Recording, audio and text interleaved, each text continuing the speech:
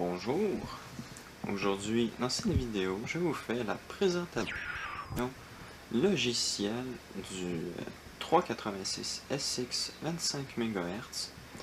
Donc, avant de commencer, j'aimerais vous montrer les périphériques qui sont attachés. Donc, ici, j'ai ce clavier. Donc, il s'agit d'un clavier touch. Je ne sais pas trop ça vient de qui. Le clavier date du début des années 90. Sur la puce, on a une date de 1990. Ici, on peut voir qu'on a le petit papier pour indiquer que c'est du WordPerfect version 5.1 de 1992. Ça démontre l'âge du clavier. Ici, comme souris, laissez-moi la prendre. Hop. Voilà. On utilise une souris à part série Luxon. Donc une très bonne souris. Et comme moniteur, j'utilise un Samtron de 17 pouces de chez Samsung. Samtron 75V en passant. Donc, ceci c'est un magnifique clavier. Il pèse très lourd, donc j'en ferai peut-être une présentation plus tard. Il faudrait bien que je me mette à présenter mes claviers, ce serait intéressant. Donc, je vais démarrer l'ordinateur. Je vais en même temps vous faire écouter le bruit que fait la machine. Donc, je vais placer la caméra ici et ajuster le focus pour votre vision, votre plus grand plaisir. Donc, je vais démarrer l'ordinateur pour vous laisser l'écouter. Donc, c'est parti. Après que la voiture est passée.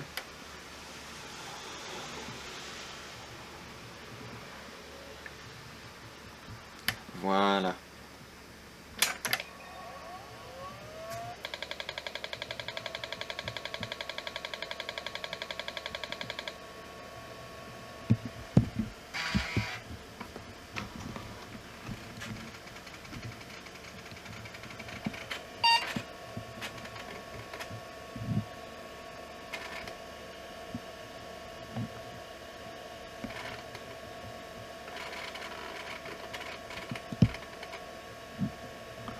Donc, voilà.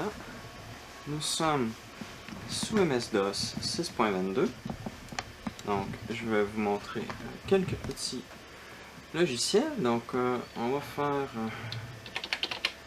un tri. J'aimerais bien savoir ce que j'ai. Donc, je vais vous montrer, par exemple, la série Works. Puisque j'ai installé Works, je crois que c'est 2.0.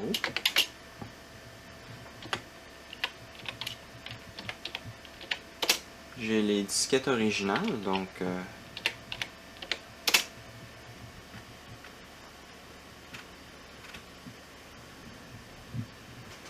voilà. Donc, vous pouvez voir ici, on a la souris, mais je vais utiliser le clavier parce qu'une souris à boule sur une couverture en fausse fourrure, ça va pas très bien. Donc, on va focuser encore une fois, du moins vérifier si on est bien focusé. Voilà. Donc, on va faire créer un nouveau document, par exemple, et on va aller dans un tableur. Voilà. Donc, c'est très bien. Donc, on va quitter.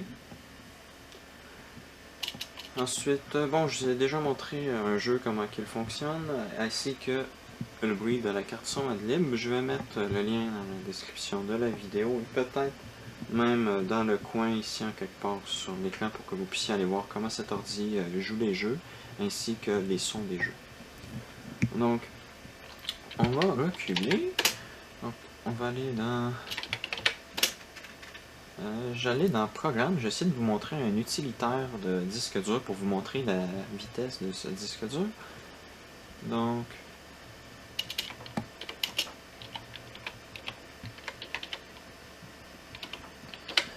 Donc bien entendu, j'ai pas tout j'ai pas encore tout installé sur cette machine. J'aimerais bien mettre bon, plusieurs jeux MS-DOS, entre autres, des programmes MS-DOS, ainsi que peut-être Windows 2.0 ou Windows 3.86. Donc ce serait une possibilité, mais j'ai encore d'autres choses à faire plus importantes avant d'installer ça. Donc je vais aller voir si j'ai le programme. Donc cd utile. Oh, j'ai fait une erreur. U, pas Y.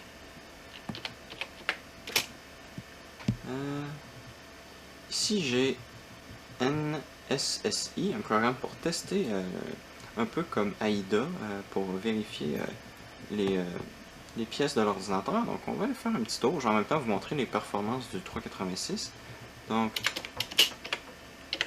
CD, pas CD, NSSI. Navratil Software.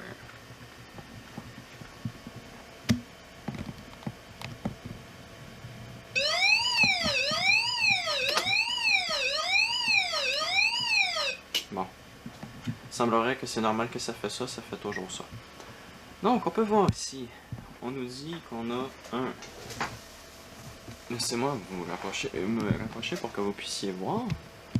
Donc, est-ce que... Voilà. Donc, nous avons ici un 386 SX à 25 MHz. Ce qui est bien avec le 386, c'est que même si c'est le SX, on a quand même le processeur au complet. Pas comme avec le 486 où nous enlevait le coprocesseur, quoique le 386 n'a pas de coprocesseur. La seule différence avec le 386 SX et le normal, c'est que le bus est réduit de 32 à 64. De 32 à 16 bits.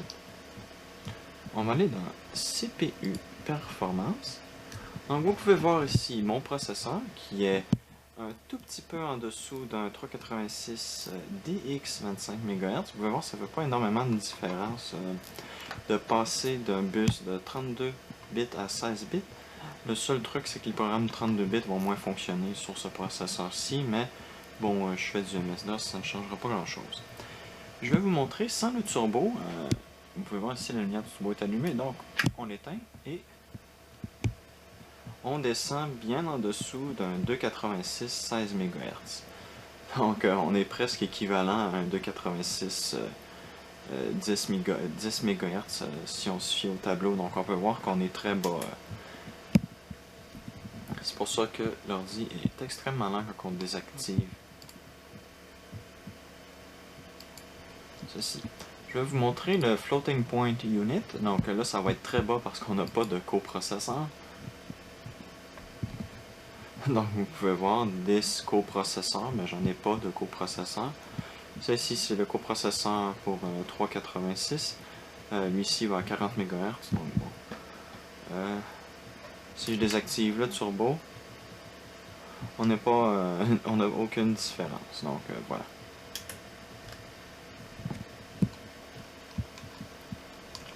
En même temps, je vais vous faire écouter, puisque je peux, le haut-parleur. Ok, non. Ah, voilà. On va aller voir ici.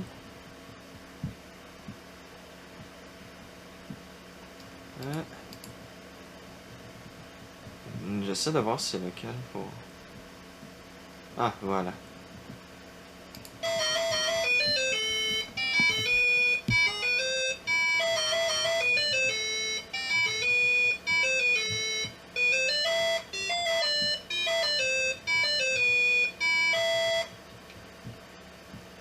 Donc voilà.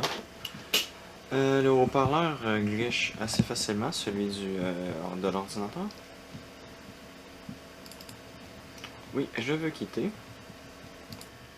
Donc on va les 3D Bench.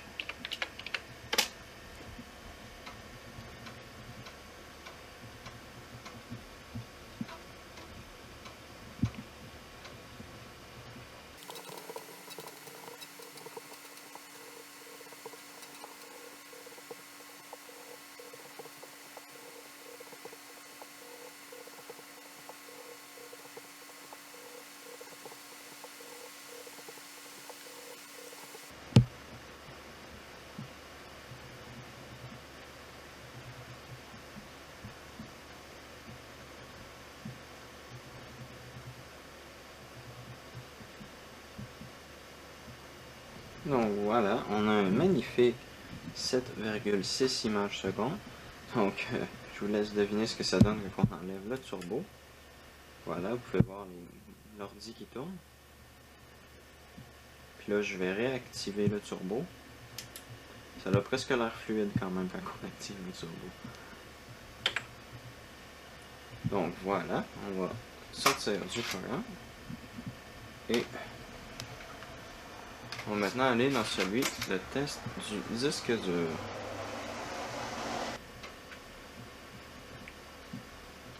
Donc, on prend le disque.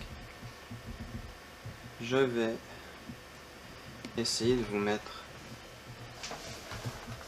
en focus encore une fois pour que vous puissiez voir.